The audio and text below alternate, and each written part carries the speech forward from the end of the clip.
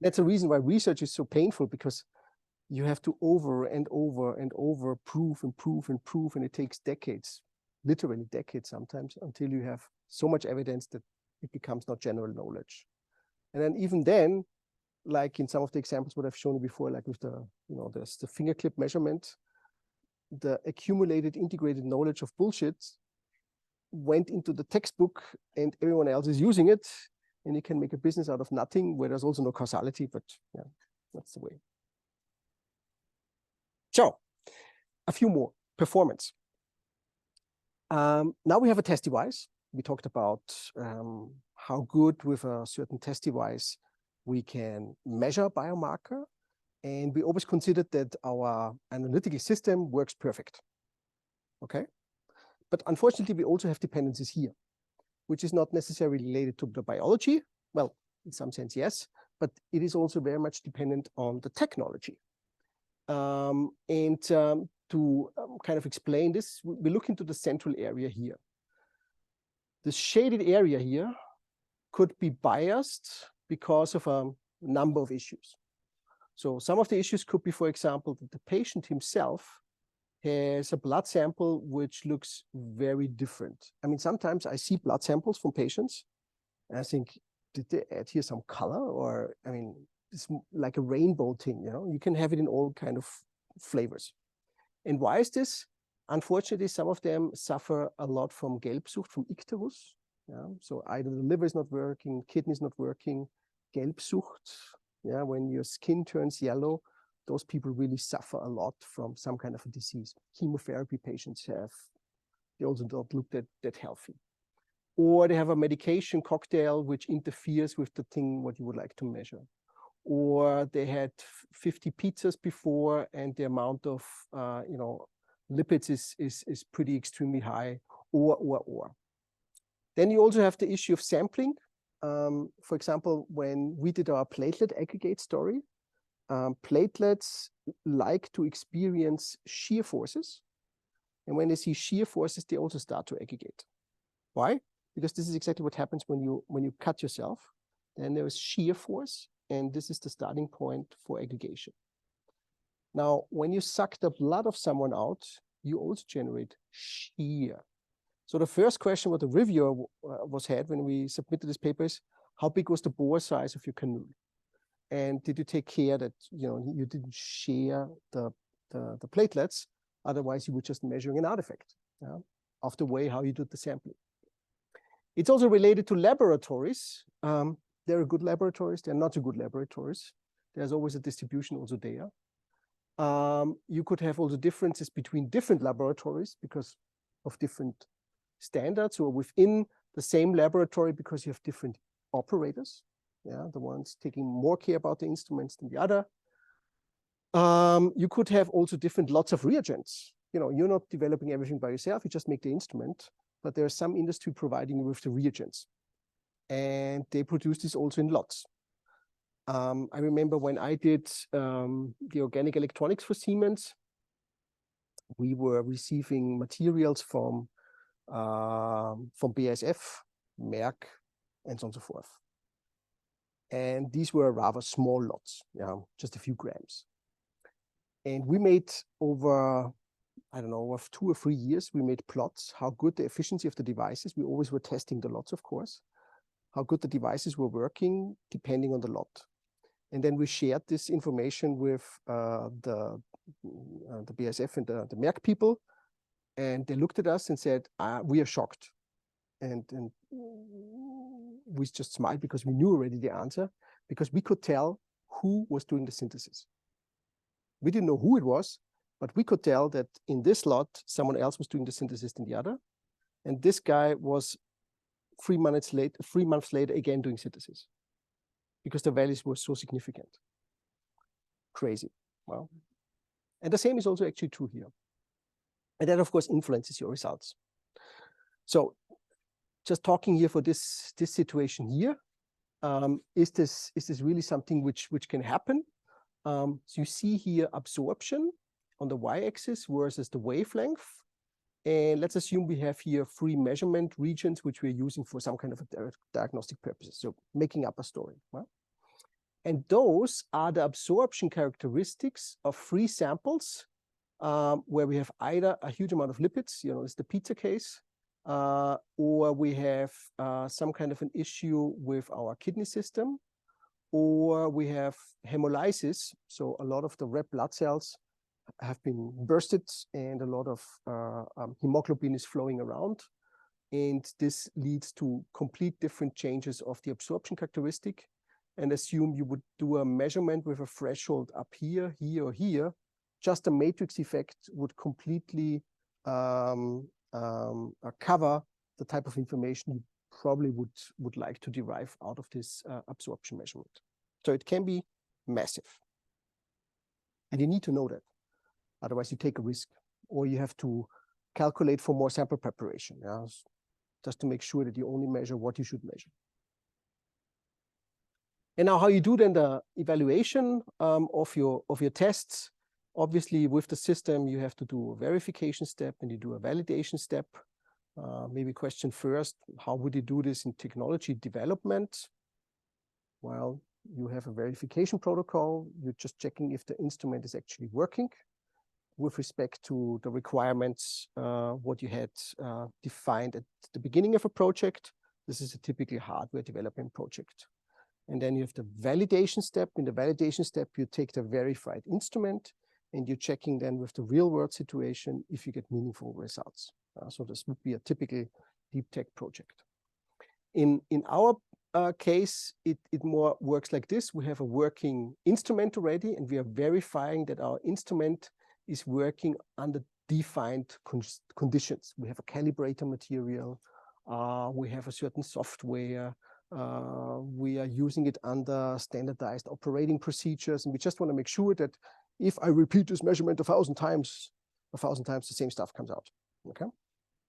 And then we have the validation case. This is now the typical clinical diagnostic study. So here we are exposing our system to the real world, and we are checking if the real world still is doing fine. So the instrument is still doing fine with the real world, with all the biological variants, which we unfortunately are affected from. And the performance characteristics of these tests, they come in different flavors. So selectivity, sensitivity, specificity, all of this we have discussed. What we're now going to look a little bit into, what's the difference between limit of detection, limit of quantification, the limit of blank. We talk about working range, some biases, as a little bit of a guidance to give you an idea where we are talking about. So let's have a look into limit of blank, limit of detection, limit of quantification. If you think the x-axis is concentration values, and on the y-axis I would have the frequency, then I would have Gaussian distributions for results, which I only obtain if I would just add water into my instrument. I repeat the measurement 1,000 times, I would also get a certain variance, okay? And this would be my zero value. Basically, this is my variance of data I'm generating when there is nothing there. And it can be also pretty big, depending on the type of readout what you're having. The limit of detection, that's what you should be already familiar with. This is the typical signal to noise ratio free thing, okay? Then you're happy, may you make a paper and you walk away. In the real world, a signal to noise ratio free is, forget it, by far too low. The limit of quantification, that is the value what you're aiming for a real world test system, because here you're sufficiently far away from your noise level. And in at least the medical technology field, the limit of detection, yeah, something like 2 times or 3 times the standard deviation. The limit of quantification is usually 10 times the limit of detection. So really, really far away from the limit of detection. And only then you're kind of safe. But even this is insufficient for having a working assay, which you get in a second. I think the rest I can save myself. This is the most important. So this is real world data from a Siemens test. You see here on the y-axis the coefficient of variation, okay? You see on the x-axis on a log scale some kind of enzyme you want to quantify. You see the mean values in the black line, and the grayish areas are the 95% confidence intervals. Okay, so these are the values you're measuring over a certain concentration regime. And now, as usual, in any kind of a sensor system or readout system, you see that the coefficient values, the variation increases the lower you get in concentration. Why? Because noise level is taking over. You have just too few molecules to detect. And then you will also see that the numbers are increasing when you go higher in concentration. Why? Because there is a certain saturation regime. You have just too many analytes for the amount of antibodies or anything like this. There will be always an optimum. And the optimum is now highlighted here in these broken lines, what you see here. And the broken lines are related now to an area. And only in this area, this test is useful. And that's also something you should look now into your papers when you read them, because papers usually tend to show, that's the max what I can read. But when you really would like to use this for a real world application, you have to cut away a few orders of magnitudes. And why is that? Those different curves were different quality control periods. So in one period, this was 2. This was the best QC period. This was the lowest value here, lowest coefficient of variation. The worst QC period, you were up here. The number 4 is like the overall, okay? And during the current evaluation, they were again back to this very low value. Okay, so what is now the truth? The truth lies in the consensus that we say the system is working if it is better or equal to typically 10% of coefficient of variation over a certain concentration regime. That is not industry standard. Everyone does it differently. But roughly speaking, that's the way how people are selling their tests. And if you have a look at this, excuse me, so roughly speaking, we say this is a worst case scenario what we up here, but it is pretty much close to our 10% value. I could actually do a measurement only up here, right? Because then the coefficient of variation goes skyrocketing high. It also increases already here a little bit. So only in this small dimension, it's just a log scale over those 4 log scales which are shown on the x-axis, I can actually use my test with a certain confidence. Okay? And that's actually not big. This is really tough. Now, if you have now a situation that, for example, females and males have different concentration regimes, like the females would be a little lower, or there's an age dependency, then you would need actually to develop a test or even multiple tests to cover different concentration regimes. Okay? And that's also a challenge. I mean, you would like to have only one test for all kinds of concentration regimes. But irrespective of the concentration you're measuring, your coefficient of variation is better than 10%. And this on top to that issue that your quantification limit or the signal you're picking up needs to be far away from any kind of a noise level. And 10 times the noise level is something what is pretty usual in the field.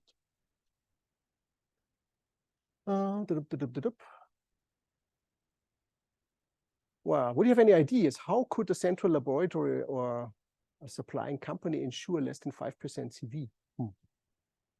I mean, they have achieved this, yeah, but not always, only sometimes. Any ideas what they could do to achieve a very low coefficient of variation?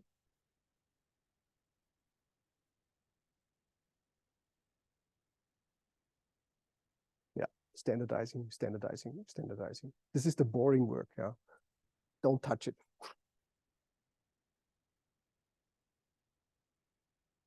This is a case where 2 different operators use the same instrument over different time points.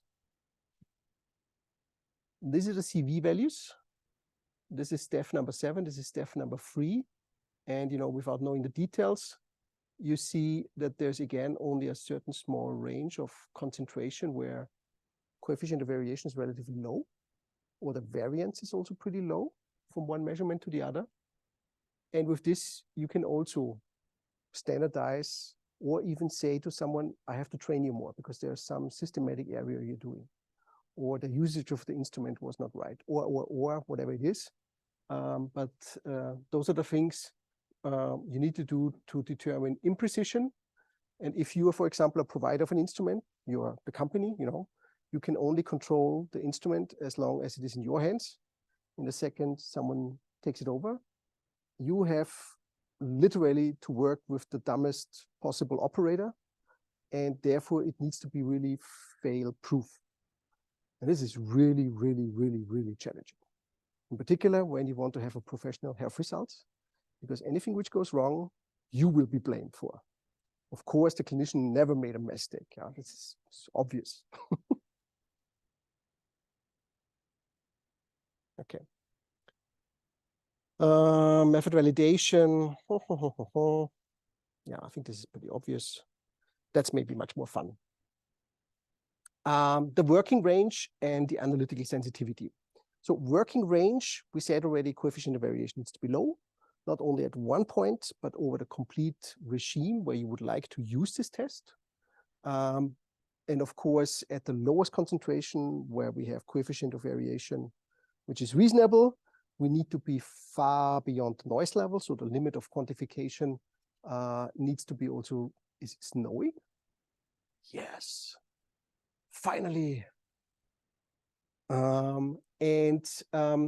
These plots basically discuss then again something else. This is basically the analytical sensitivity or the Steilheit, so the steepness of this curve with respect to increase of concentration.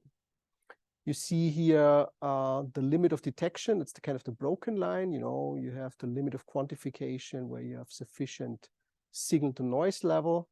Then you have usually a linear regime where you have an easy way of making a calibration plot. And then you start to get into the nonlinear regime where there's some kind of a saturation phenomenon. And in the old days, in the analog days, you would just cut out the linear part, and this would be your working range where you can sell your test. Plus, you have sufficient analytical sensitivity at each time point, meaning there is a linear increase of signal with concentration.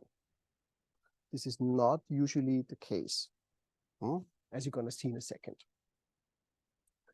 That is a paper of a colleague of mine from MGH. And we were actually competitors in this field of magnetic sensing. So what is he doing? He was doing, he built micro NMR machines, and NMR is a nuclear magnetic resonance. So you're looking into the spin of nuclei, which you basically can saturate the spin orientation with radio waves. You play radio basically with your proton spins. And what he is doing, he was using magnetic nanoparticles with antibodies on it, and he wanted to detect bacteria. And when the bacteria have been bound to these magnetic nanoparticles and the antibodies, they start to aggregate. And the more they aggregate, the more he receives an NMR signal, because the signal decay depends on this clustering effect. This is just nothing else but listening on a radio frequency, basically how your spins are talking to you, nothing more. Details are not important. And this is what he reports in his paper. Okay, so we have 4 orders of magnitudes.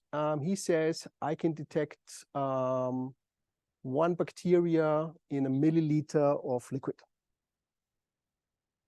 Okay, so was this the limit of quantification, the limit of detection, limit of whatever? Probably he has really detected with a sufficient signal to noise ratio a single bacteria. That's perfectly fine. But where is your working range here? Where do you have a high analytical sensitivity? Well, obviously where you have a steep curve. Okay, up here, the typical saturation. Down here, you're getting into the noise regime. Maybe you can do still a qualitative test, but you're far away from a quantitative test, if quantitative testing is required. Meaning, in a traditional way, only this portion here could be actually used for claiming I have an in vitro diagnostic test. So instead of 4 orders of magnitudes, you end up with something which is just a little less than 1 order of magnitude. Okay. You remember our stochastic sensing? Was this here? Yeah, we discussed this one, right? So these were our dancing beats. Okay, we did a stochastic single molecule measurement. And now let's again have a look. I mean, there's no criticism. Yeah, it's just to reflect again what is the challenge to make a diagnostic test out of it. Those were the reported results, the usual log scale on the x-axis. And let's have a look on this lower right plot. We have here 1, 2, 3, 3.5 log scales. This is our curve. Where is here the limit of detection?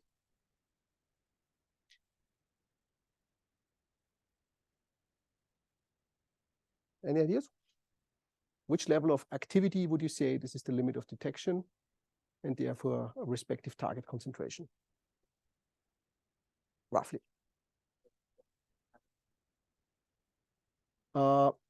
Yeah, basically. Because down here, this is just a fit curve, yeah, and the fit doesn't really look good. It is questionable where the limit is. It actually didn't show it. The upper limit, yeah, it's always fine. But you would probably end up again with just an order of magnitude as the area where you have a high analytical sensitivity. And that is actually something which is usually the case. You have a very small area of concentration or dynamic range where you have a good analytical sensitivity, where you can quantify things. And to break this limit up, which is often related to all kinds of readout technologies, NMR, fluorescence, whatever, people then went into single molecule sensing, single molecule detection, because here they could digitalize the results. And you really could count the number of individual molecules per well, per bead, per droplet, or whatever, which you're going to see also later on in a few examples. And that helped them to increase dynamic range by digitalizing literally the analog integrated result per concentration. To give you a reference, what is industry standard? The machines in the central laboratory, they do 6 orders of magnitude. Okay. And therefore, it needs to be a very different type of a technology. Why is this working? Okay. And that's also something we're going to look at later on. So now we have an understanding of the instrument. We have an understanding about what we need to take care of. We have an understanding about clinical sensitivity and specificity. We have an understanding about what regime we're going to work with, and so on and so forth. How then will you end up with something which you can really start to sell? Well, you have your instrument, but you're not done yet. Now you have to come up with your QM system. Standardization, as you mentioned, it is the holy grail. It's unfortunately the case, but that's the only way how you can guarantee that the accuracy stays high. You need to, of course, pass typically certificates to launch a product, and that is not a medtech product, but you will use these instruments for research use only. So you can sell at least something, generate some cash flow, but it's not for treating patients. It's only for doing research papers. But then you start your actual certification process. You define your intended field of use because you have gained more and more information about the type of clinical studies you've been doing, where you see a chance to sell your product. Then you start the certification process, finalize your documentation, and then you finally have a chance to go for the true market where you would like to go for. And if you think about all of that, what we have been discussing in today's lecture, how will the intended field of use affect the way how you plan your clinical studies? Anything you've heard now, yeah, from the COVID case, from the data massage, from the statistics, from the things you have to take care of. The intended field of use, if you think about the diabetes test, right? This is the key argument with which you go for a certification process to get your papers so that you can sell it as a medtech product. How will all of this information guide you into what kind of a clinical study you're doing? So generally it needs to correspond very closely, because otherwise I'm not going to get certified yet. Meaning if I have something for general population and I tested in a clinical setting, that's no proof that it works. Exactly. So basically all of the data, what we have been looking at is the boundary condition. Yeah. First you want to capture the world, and then you see that the world is a bastard, and you have to, limit your expectations and the degrees of freedoms what you're having, and you end up with a very small box. But in this small box, you feel safe and cozy. And then you want to go, of course, into a clinical study where you not want to take the risk that you fail. So you start off with something where you achieve at least the minimum standards. That's the way how you do things. Is there so much of a difference to the pharma studies, where I was also bitching around a little bit, saying, a pharma company always tries to have a blockbuster, as many patients as possible. The more personalization you have, the more risk, the more waste of money, the more diagnostic need is there.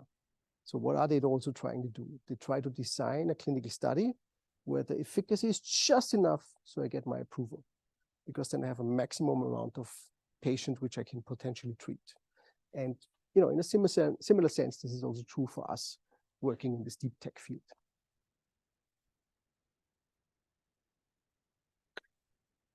Okay, performance characteristics of a test. Yeah, I mean, it's all clear. Interlaboratory, intralaboratory, you have all influencing parameters related to the people working with it.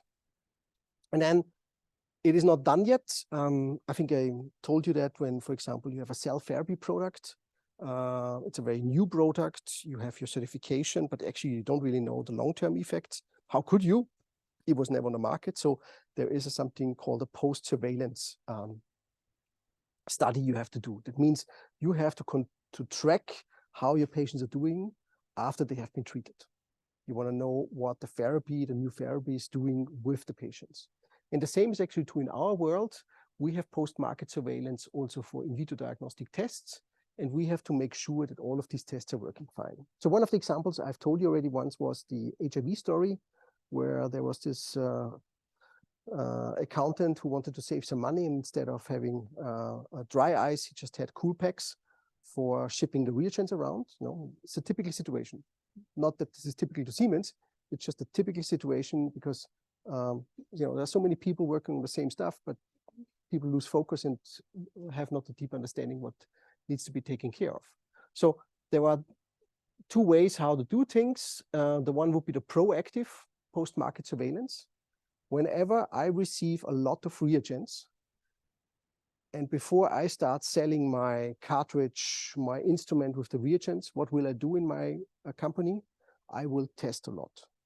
If the quality of the reagents in this new lot is exactly the minimum requirement to really sell my product. Otherwise, my customer will do the testing and will tell me that something is wrong, which leads me again to a warning letter, for example.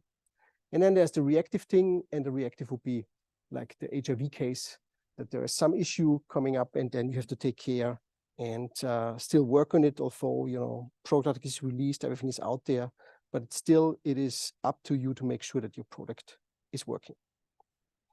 So with this, I finish again with troponin, and then we're done for the day.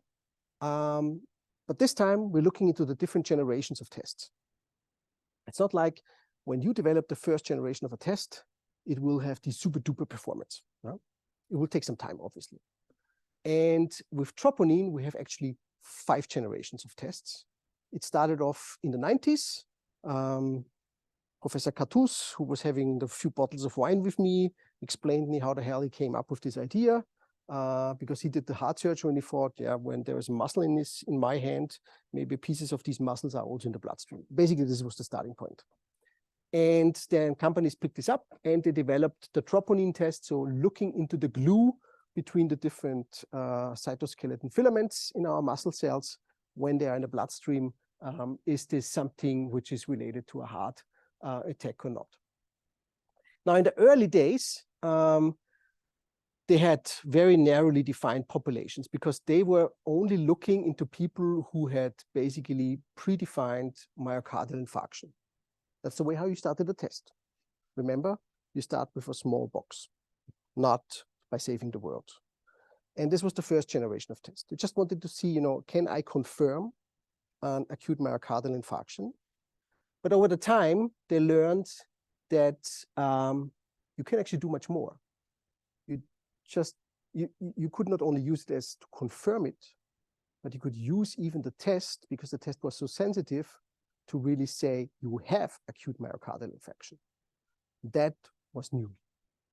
And this is kind of related here to the probability versus the different troponin level concentrations. You see here in green the plus AMI, so those are patients with an acute myocardial infarction. This is the minus AMI. Those are the people who did not have an acute myocardial infarction, but nevertheless had an elevated troponin concentration. To my third group, this is the reference group. These are the guys who are hopefully really healthy. Okay. And in the beginning, they always thought we just can measure this. But then they saw that, I actually have my cutoff value more on the lower edge, where my healthy population is down here. This is also my limit of detection. Okay. I'm a little higher for the limit of quantification. And here they are now setting the limit of quantification, or the cutoff point, to say that something is wrong at the 99th percentile of the healthy group population. So in other words, only 1% of the healthy people are the false positives. That's exactly how the tests are standardized these days. Meaning I have only 1% of the healthy population being tested as false positives. But because I have usually only the chest pain people in the hospital, there are not so many false positives. It's perfectly fine. But I have a lot of delta to my acute myocardial infarction, where the concentration is around this distribution. So what about this here? The people who don't have acute myocardial infarction, but are somewhere in between the healthy ones and the ones who are getting it. And that's exactly where the different generations basically lowered and lowered and lowered these values, and realized that you can detect not only acute myocardial infarction, but you could also detect conditions where you have a stressed system. This is, for example, this non-ST elevation situation. Remember that ST thing. This is this elevation in the cardiogram. And it is non-ST because it doesn't show any, but there is still some kind of a blood flow constriction, because you have, some kind of a crap which is accumulating in your cardiac vessels. And this also leads to small ruptures, and the small ruptures again leads to a higher troponin level, and you can measure something. But it is lower than if you would have a true acute myocardial infarction. And what you see on the right-hand side, and the details are not important, the usual way is that you look first for the ECG, you check for that, and then you do your troponin testing. And then in the beginning, it looked like you have a high troponin test. High troponin test would mean you really had an infarct. Lower troponin test would mean you had this NST case, so something which is more of an obstruction. And then it's about the kinetics, and you can go in more and more details. And then you realize actually that you can cover, and with the 4th gen of troponin testing, already those people who are probably already sick, they have a heart sickness, they are a risk population. So I could potentially also start to treat those patients, because I see that you have a sickness, okay? And that's actually what they're doing now. So they are using now these non-ACAs patients, and they do already right away troponin testing to see if there's a continuous leaking of the heart. And they do this over time points, and they get an idea where this all goes to. And this is the latest generation of troponin tests. So this was the 4th generation where I did this storytelling. And the last generation has now a limit of detection, which is even lower than 5 years or so before. It is about the limit of detection about the regime where the healthy population is actually related with its mean. Pretty crazy sensitive. And now we have definitions which look like this. A high sensitivity troponin assay has an imprecision of less than 10% coefficient of variation, blah, blah, blah, blah, blah, at the level of the 99th percentile of the healthy population. That's about here, okay? That can detect troponin at a concentration that are lower than 50% of the level of the 99th percentile of the healthy population. So 50% less, this would be my limit of detection. This is the way how companies need now to sell high troponin assay tests. Pretty cool. And with this, you have now a highly, so you can benchmark now, you can compare the different tests from different companies. And that's another dimension, just because Siemens is selling and Roche is selling a test, they don't perform not necessarily the same, because it's different instruments, different reagents, a different way of doing things. And then you do these round tests, so different laboratories running with different machines, getting the same sample, and you're collecting from all of the world or from all of Germany the test results of the laboratories. They need to participate, and then you get again a distribution, and then you can see how good the different tests work on different machines. Although you exactly know the concentration of the troponin, for example, you had in your sample. And as you can see here for the different laboratories and instruments which we had here, there was an x-axis for the troponin at the 99th percentile concentration. You see that the bluish bubbles, they are not exactly at the same height level, but there are different values. So indicating there is a significant coefficient of variation. And you can also see here this reddish line. The reddish line is now the percentage of measurable. I'm not sure what that means again.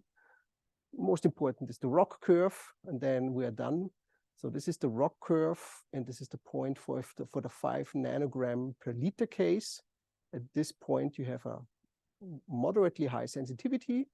You have a pretty good specificity, and this in this clinical setting is already more than enough to not only determine someone who has a heart attack, but even someone who is maybe developing a heart attack. And now you have basically the complete picture. And this complete picture says, I can replace ECG. And that's exactly what happens. So someone comes with a chest pain into the hospital. They don't even care about the ECG anymore. They just take the blood draw and do the troponin test right away, because it has so much information in it. And they want to do it right away because 3 hours later, I do my second test. And if I see the kinetics, I know it's AMI. If I see no kinetics, but a high concentration, I know that I have a chronic disease. And I already know where I should put you, into the acute care or just in the stationary ward, or send you back home with antithrombotic drugs, which lowers costs for the system. Okay, that was it. This was the chapter. This was a pretty lengthy one. All other chapters will be not that lengthy. We had a look into the different types of biomarkers. We looked into what IVD means, what is the difference between technical versus, I call it, biomarker accuracy, what is clinical utility. We had tons here of troponin, of use cases, and the troponin test is a use case. This is basically the ground truth when it comes to highest performance. Hope you've learned a lot. Anything which comes now afterwards is basically focus topic. And that's now also something where you can come up to me, say, hey, Olli, I'm interested in blood glucose, or I want to do cancer, or whatever it is. Maybe I have already a chapter in my hand, or I can prepare a few slides for you. And then you give me a little bit of a guidance what you would like to do with me. To give you an idea what you can expect,